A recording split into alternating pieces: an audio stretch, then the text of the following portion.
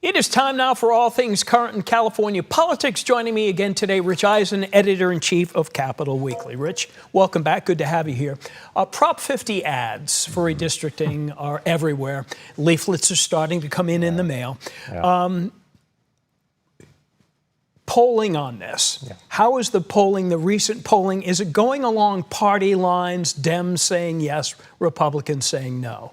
I think so, because when you look at the way the polling works is the governor's solicited polling seems to show they're way ahead. The opposition's polling seems to show they have a real fighting chance to defeat this thing.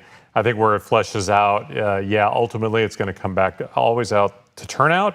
And ultimately, I think that's probably going to be the tail of the tape here. The polls are so hard to figure right now. Again, it's how is a question asked, who is it asked of, et cetera. Right. But I think generally, yes, this is really breaking down around party lines. You have former President Obama coming out saying yes. You have Arnold Schwarzenegger and Kevin Kyler saying no. So yes, to your point, party lines. Kamala Harris and obviously Lieutenant Governor Kounalakis are now out of the governor's race.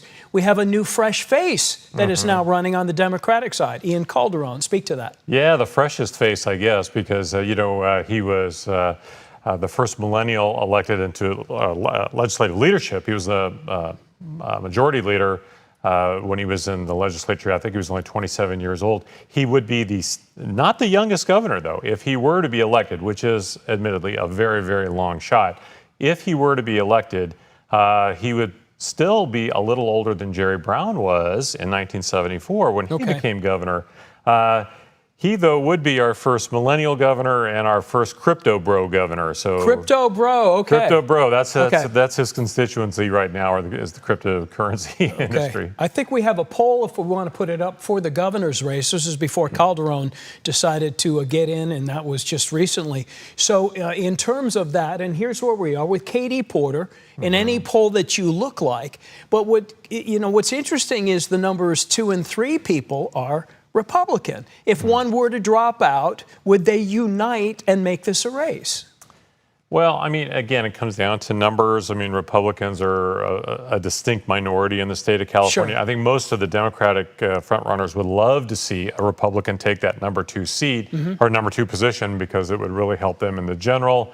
They definitely would not like a Dem-on-Dem final vote in November. Okay, in light of what happened, unfortunately, to Charlie Kirk, very much big national news, do you see almost like tobacco warning things on social media coming? People talk about reform. People talk about we need to clean this up, and that happens after shootings. It happens after, and then the heat of the moment tends to fade, and we go back to whatever we were doing. Well, I mean, with social media stuff, it's much bigger than just what happened with Charlie Kirk or any other political assassination like the ones we saw in Minnesota. In fact, Minnesota already has just passed a law that will require warning labels on social media outlets.